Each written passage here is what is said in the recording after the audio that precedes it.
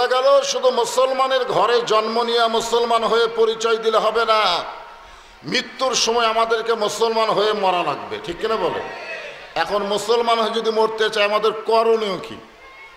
এই করণীয় সম্পর্কে সূরা আসর থেকে আপনাদের সামনে আজকে আলোচনা করা হবে।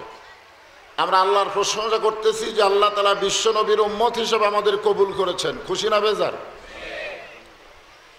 আল্লাহর নবীর উম্মত হতে গেলে নবীর সুন্নাতকে গ্রহণ করা লাগবে। নবীর সুন্নাতকে বর্জন করে কেউ নবীর উম্মত হতে পারবে? এখন নবীর সুন্নতকে গ্রহণ করার কিছু বাহ্যিক চাল চলন আছে না নাই? জোরে কোন আছে না নাই? হ্যাঁ আছে।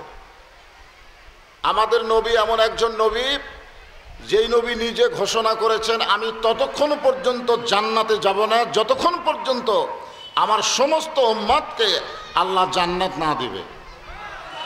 খুশি না বেজার? নিদানে আখেরাতে তরাইতে পলসে রাতে কান্ডারি হইয়া নবী পার করিবেন সেই তরণী।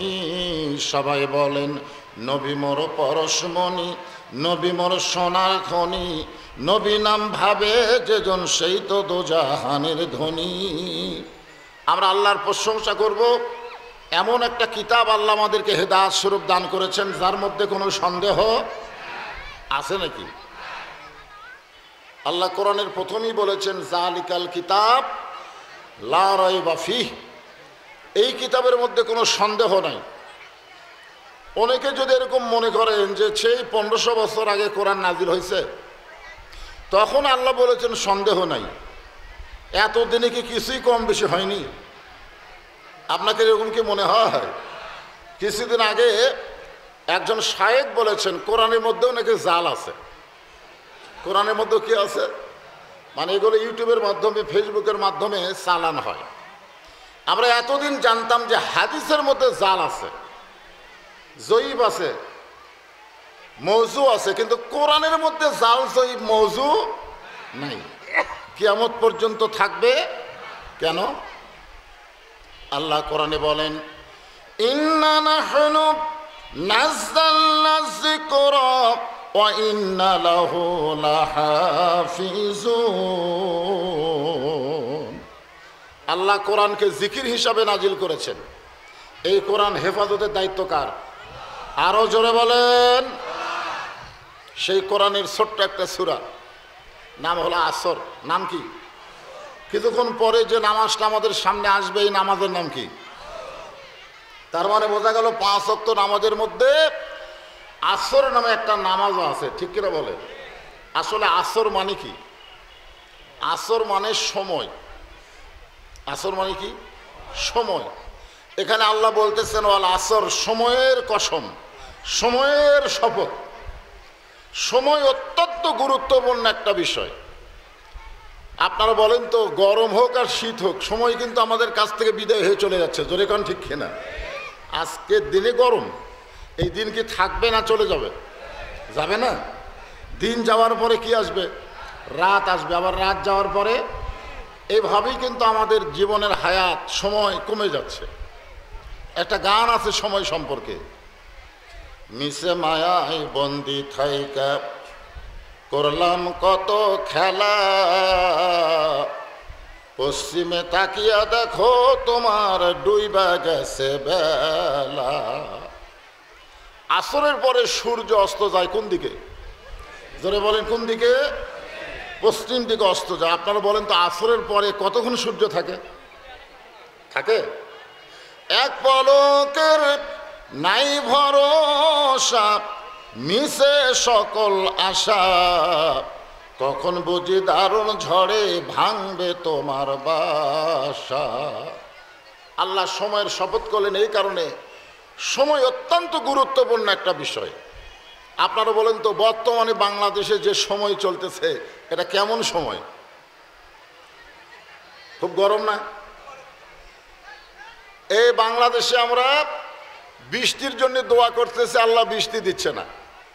আর যে দুবাইয়ে কোনোদিন বৃষ্টি হয়নি সেই দুবাইয়ে বন্যা হয়ে গেল। আপনারা বলেন সময় ভালো? কথা কর না কেন? সময় ভালো?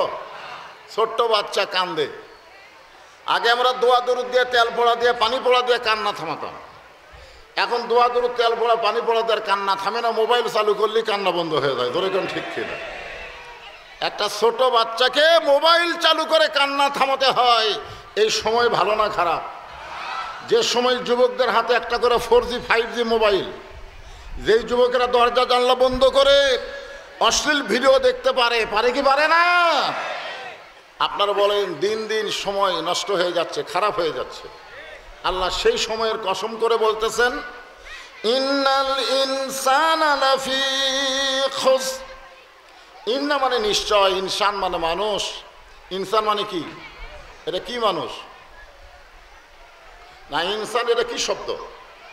এখানে কিন্তু সব মানুষ, পুরুষ নারী। এতদিন আমরা সবাই জানতাম মানুষ দুই রকম, একটা হলো পুরুষ, একটা নারী। কিন্তু এখন আমরা অনেকেই জানি আর একটা মানুষ, তার নাম হলো হিজড়া। জোরে খান, তার নাম কি? বর্তমানে আর একটা মানুষ হওয়ার চেষ্টা করতেছে, শরীফ থেকে শরীফা হবার চাই। জোরে খান, কথা ঠিক কিনা? কয়েকদিন আগে একটা নাটকের অভিনয়িয়া একজন নায়ককে আমরা অনেক সময় বয়কট করে, সে আবার তওবা করে ফেরত আইছে। ও আবার পুরুষ মানুষ, মেয়ে সাজবার চাই। এখানে আল্লাহ তাআলা ইনসান শব্দ দিয়ে সব মানুষকে বুঝাইছে, পুরুষ এবং নারী সমস্ত মানুষ ক্ষতির ভিতরে। কার ভিতরে? লাফি খুসর। খুসর মানে ক্ষতি, লাফি মানে ভিতরে। তো সব মানুষ যদি ক্ষতির মধ্যে হয়, তাহলে লাভের মধ্যে কারা? আপনারা বলেন, আমরা দুনিয়াতে লাভ করব না লস করব? আমরা এখানে যে কষ্ট করে বসে আছি কোরআন হাদিস থেকে আলোচনা শোনার জন্য, এটা কি লস না লাভ? কেমনে বুঝলেন? কোরআন হাদিসের আলোচনা শুনবে, ওই কোরআন অনুযায়ী চলার চেষ্টা করবে না, এটা কোনোদিন মুসলমানের জন্য লাভ হতে পারে না। জোরে কোন কথা ঠিক কিনা? আপনারা বলেন, এই কোরআন কি শুধু শোনার জন্য আল্লাহ পাঠাইছে?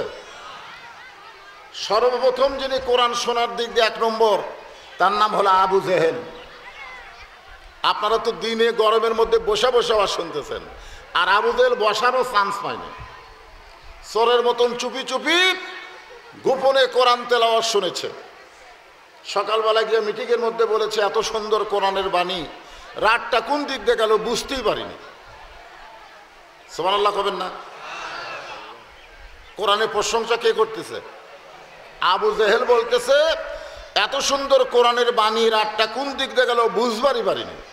তা আবু সুফিয়ান বলে, নেতা, যেই কোরআন শুনতে রাত কোন দিক দিয়ে গেল বোঝা যায় না, সেই কোরআন গ্রহণ করলে অসুবিধা কি? গ্রহণ একটা হলো শ্রবণ, একটা হলো গ্রহণ। সামিনা ও তাআনা, শুনতে হবে আমল করার নিয়তে। সঙ্গে সঙ্গে আবু জেহেল বলে, আবু সুফিয়ান, কোরআন গ্রহণ করলে অসুবিধা কি? যদি জানবার চাও তাহলে এটা জোরে বলা যাবে না, তোমার কানটা আমার মুখের কাছে দাও। আবু সুফিয়ান যখন কানটা মুখের কাছে দিছে, আবু জেহেল বলতেছে, এই কোরআনকে যদি গ্রহণ করা হয় তাহলে তোর আমার নেতৃত্ব থাকবে না, আসল নেতা হয়ে যাবে আব্দুল্লাহর ইতিম পোলা। আজকে বাংলাদেশে এই কোরআনকে যদি আমরা গ্রহণ করি, আবু জেহেলের মতন যারা নেতা, তারা একটাও চলবে না। জোরে কোন কথা ঠিক কিনা? আপনার অন্তর থেকে বলেন তো, বর্তমানে বাংলাদেশে যারা নেতৃত্ব দিচ্ছে, এরা কি আবু বক্করের দল না আবু জেহেলের দল? আবু জেহেলের দল কোনোদিনও চাবে না যেই কোরআন বাংলার জমিনে চালু হোক। কোরআনের ওয়াজ করেন, কোনো সমস্যা নাই, কোরআনের তেলাওয়াত করেন। গোটা পৃথিবীতে বাংলাদেশের হাফেজেরা কোরআন তেলাওয়াতে 1 নম্বর। জোরে ঘর কথা ঠিক কিনা? 100 দেশ, 90 দেশ, 70টা দেশের মধ্যে কোরআন তেলাওয়াতে বাংলাদেশে 1 নম্বর হয়,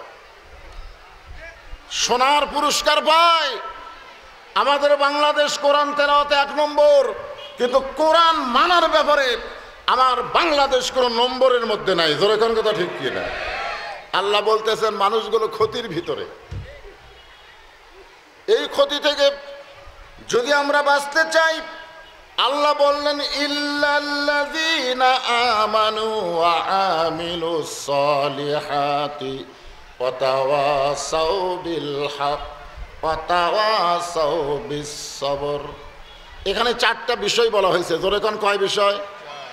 এই যুবকেরা একটু মনটা এদিকে দাও, দিনের বেলার মাহফিল তো, সাউন্ড ক্লিয়ার হয় না। দেখেন দিনের বেলা হইচই করতেছে, ওই দিক দিয়ে মেয়ে মানুষ চলতেছে, ওইদিকে মেয়েরা বসেছে, এদিকে সব দাঁড়ায় আছে, সব কিছু স্পষ্ট দেখা যায়। মনটা বক্তা যে কথাগুলো বলতেছে কোরআন এবং হাদিস থেকে এই কথাগুলো মনোযোগ দিয়ে শোনা লাগবে, তাহলে আপনারা বুঝতে পারবেন। তাছাড়া এদিক সেদিক তাকাতাকি করলে বোঝা যাবে না। হ্যাঁ, তার মধ্যে প্রচুর গরম, একটু মনোযোগ দেন। এখানে 4টা বিষয় বলা হয়েছে। 1 নম্বর হলো ঈমান। এখানে 1 নম্বর কি? ঈমান যদি না থাকে আপনি যতই ভালো আমল করেন সে আমল আল্লাহর দরবারে কবুল হবে না। মেসি নেইমার কোটি কোটি টাকা মানুষকে দান করে, কিন্তু বেঈমান হওয়ার কারণে তাদের দান আল্লাহর দরবারে কবুল হবে। এই বছর মেসি কত কোটি টাকা দান করছে, নেইমার দান করছে, এমনকি বিল গেটস হাজার হাজার কোটি টাকা দান করে, কিন্তু বেঈমান হওয়ার কারণে তাদের দান আল্লাহর দরবারে কবুল হবে না। আর ঈমানদার যদি 1টা টাকা দান করে ওই দানটা তাকে জান্নাতে পৌঁছায় দিবে। আপনি যদি নামাজ পড়েন, আমাদের পার্শ্ববর্তী ভারতে হিন্দুরা মসজিদের মুতুল্লি। মসজিদের মুতুল্লি কি, মুসলমান না হিন্দু? হিন্দু। আমি দেখলাম ইউটিউবে একজন হিন্দু তার পরিবার নিয়ে প্রায় 50 বছর ধরে মসজিদের মুতাওয়াল্লি করতেছে, খেদমত করতেছে, কিন্তু বেটা হিন্দু। ওই যতই মসজিদের মুতাওয়াল্লি হোক, ও কি জান্নাত পাবে? কেন পাবে না? ঈমান নাই। যার প্রমাণ হলো আল্লাহ নবীর চাচা আবু তালেব, যিনি নবীকে দীর্ঘদিন লালন পালন করেছেন। আল্লাহ নবী বলেছেন, মায়ের পেট থাকতে আমি এতিম, মায়ের পেটে থাকতেই আমার বাবা মারা গেছে, আমি এতিম, কিন্তু দুনিয়াতে আসার পর আমি এতিম ছিলাম না। সাহাবেরা বললেন, ইয়া রাসূলুল্লাহ, মায়ের পেটে এতিম হয়ে গেলেন, দুনিয়াতে আসার পরে এতিম ছিলেন না, এটা কেমন কথা? রাসূল বললেন, ভাগ্যগুণ এমন একটা চাচা পেয়েছিলাম যে চাচা আমাকে এমনভাবে লালন পালন করেছে, আমার বাবা নাই, আমি এটা কোনোদিন বুঝতেই পারিনি। শিশুকালে মইরা গেছে মা, গর্ভে থাকতে মরছে পিতা, নবী চোখে দেখলেন না। যিনি নবীকে সন্তানের মতো লালন পালন করেছেন তার নাম হলো আবু তালেব। ধরে কোন তার নাম কি? আপনারা বলেন তো, সে কি জান্নাতি? কেন জান্নাতি নয়? কারণ তার ঈমান নাই। ধরে কোন কি নাই? এখন কেউ যদি নামাজ পড়ে কিন্তু ঈমান যদি না থাকে সে জান্নাতি হবে না। আসরের নামাজ আদায় করার পরে জমির ধান দেখতে পারে গেছে, এরকম মুসল্লি আছে না নাই? আসরের নামাজ আদায় করে বিকেল বেলায় জমির ধান দেখতে গেছে, যায় দেখে উপর জমির পানি চলমল করে, নিচের জমির পানি নেই। উপর জমির কি আছে? পানি আছে, কিন্তু নিচের জমির কি নাই? পানি নাই। ও তখন চারিদিকে তাকায়, এভাবে তাকায় দেখে আশেপাশে কোনো মানুষও নাই। আস্তে করে বসে জমির আল কাটা দিয়ে ওই পানি দিয়ে হাত ধুয়ে আবার দাঁড়ায় চারিদিকে তাকায় দেখে কেউ নাই। ও তখন বলতেছে, আলহামদুলিল্লাহ, কেউ দেখেনি। আপনারা বলেন, ও কিন্তু আসরের নামাজ আদায় করেছে, কিন্তু ও কিন্তু ঈমানদার না। ঈমানদার যদি হতো তার ঈমান বলতো কেউ না দেখলেও আল্লাহ দেখতেছে। জোরে কোন কথা ঠিক কি না? আজকে আমাদের বাংলাদেশে অনেক নামাজি ঘুষ খায়, অনেক নামাজি সুদ খায়, আছে না নাই? আপনি বলেন তো, যে ব্যক্তির নামাজ পড়ে সুদ খায়, ঘুষ খায়, আর ঈমান আছে? এই জন্যে যতই আমল করতে চান, 1 নম্বর হলো ঈমান। যখন 1 নম্বর কি? 1 নম্বর ঈমান। সাহাবারা জিজ্ঞেস করলেন, ইয়া রাসূলুল্লাহ, ঈমান সম্পর্কে আপনার কাছে জানতে চাই। আল্লাহ নবী বললেন, ইকরার বিল লিসান, তাসদীক বিল জানান, আমল বিল আরকান, এর নাম হলো ঈমান।